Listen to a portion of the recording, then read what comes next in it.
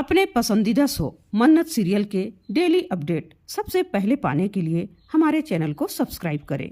आज के एपिसोड की शुरुआत में मन्नत माता रानी के सामने दिया जलाकर अपनी हथेली में रखकर रो रो कर उस बात के लिए माफी मांगती है जो बात उसने विक्रांत के दिल को तोड़ने के लिए मजबूरन में कही थी। वह कहती है, जिसकी नज़रों में मुझे अपना स्थान ऊंचा बनाए रखना था, उसी की नज़रों में अपने आप को खुद से ही गिरा लिया। वो मुझे कभी माफ़ नहीं करेंगे, लेकिन मैं हमेशा उनकी खुशी चाहती हूँ। वह कहती है, मैं अपनी श्रुति माँ के जीवन के लिए मजबूर थी, लेकिन आप तो नहीं थी ना माँ।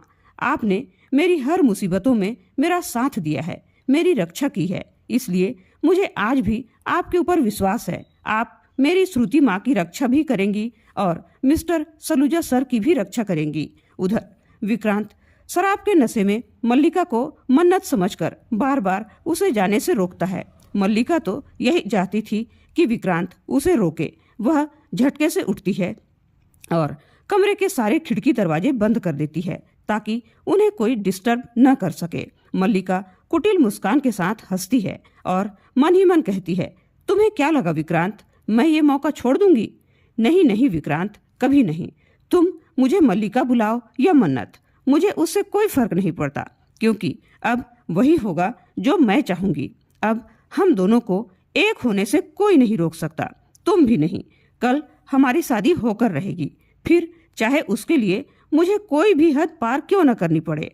ऐसा कहकर मल्लिका अपने मोबाइल में रोमांटिक गाना लगा देती है, जिससे विक्रांत भाव विभोर हो जाता है और अपना होश खो बैठता है। उसे यह फर्क समझ में नहीं आता कि उसके पास जो लड़की बैठी है वह मन्नत है या मल्लिका।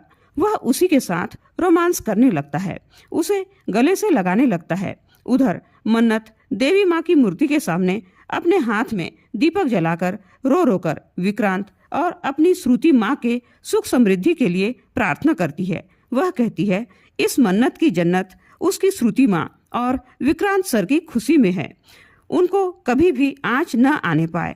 मन्नत नव दुर्गा का पाठ करती है।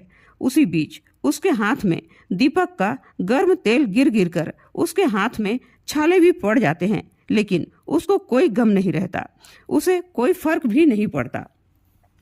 उसे देखने वाले सभी आश्चर्य से देखने लगते हैं। तभी डॉक्टर आकर उसे खुशखबरी देते हैं और कहते हैं कि आपकी माँ का ऑपरेशन सक्सेसफुल रहा, अब आपकी माँ बिल्कुल ठीक है।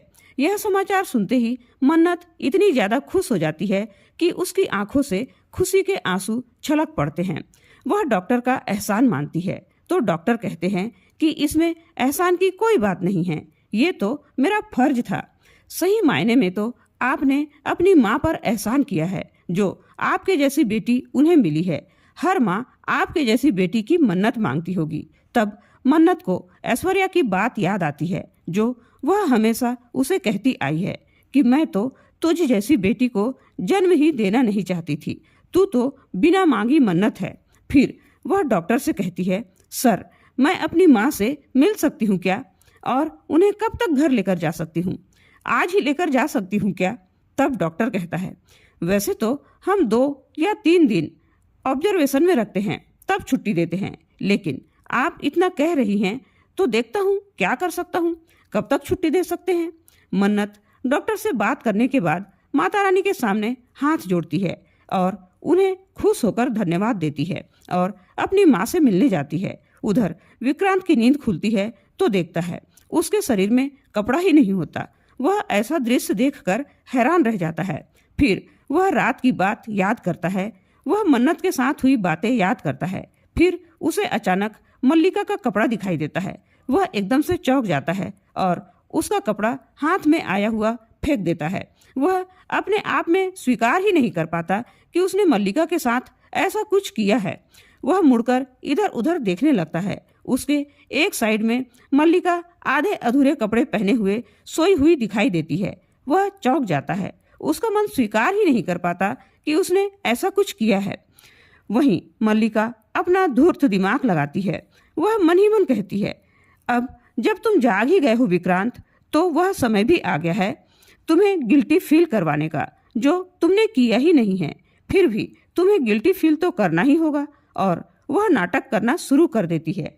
वह डरी सहमी सी अबला नारी बनने का ढोंग करती है और ऐसा जतलाती है कि विक्रांत ने उसके साथ जबरदस्ती की है और वह उसे कुछ भी न बोलकर उस पर एहसान कर रही है। विक्रांत उसे बार बार मना करता है कि उसने उसके साथ कुछ भी नहीं किया, वह उसके लिए कुछ भी फील नहीं करता। वह बार बार सॉरी सॉरी कहता रहता है ताकि मल्लिका उसे माफ कर दे। विक्रांत उससे पूछता है कि कल रात में क्या हुआ था, तो मल्लिका कहती है कि जो तुम देख रहे हो यह सब सच है विक्रांत, और सारी मनगढ़ंत कहानी गढ़कर बता देती है जो विक्रांत ने किया ही नहीं था, वह भी कह दिया ताकि वह उसकी बातों में फंस जाए और उससे शादी करने के लिए तैयार हो जाए।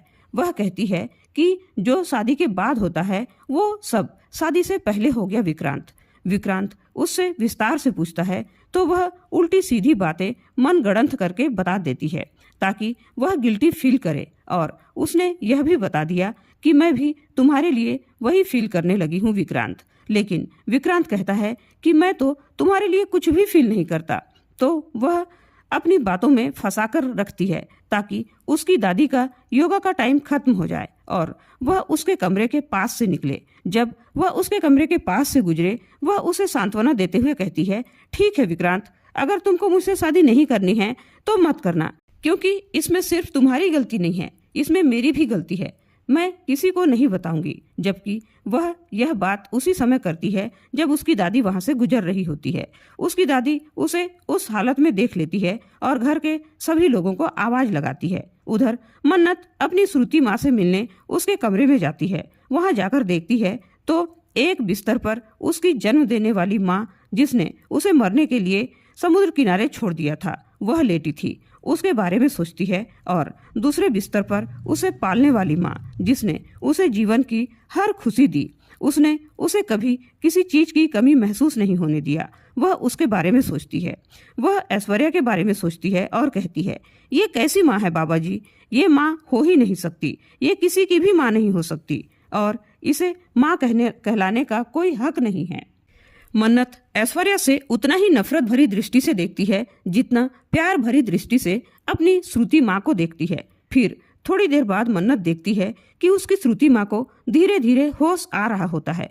वह खुश होकर अपनी माँ से जाकर लिपट जाती है। उसके कुछ ही देर बाद ऐश्वर्या राय को हल्की सी खांसी आती है और वह पानी मांगती है। मन्नत उसे बिल्कुल भी पसंद नहीं करती, लेकिन वह अपनी दयालु प्रवृत्ति के कारण बहुत ही सरल हृदय की होती है, इसलिए वह उसे तुरंत पानी देने लगती है। तभी एक नर्स आकर उसे पानी पिलाती है। मन्नत नर्स से पूछती है कि क्या वह अपनी माँ को अपने घर लेकर जा सकती है, तो वह नर्स कहती है कि आपने डॉक्टर से रिक्वेस्ट की थी और दोनों की हालत स्टेबल है, इसलिए आज ही दोनों को डिस्चार्ज कर दिया जाएगा।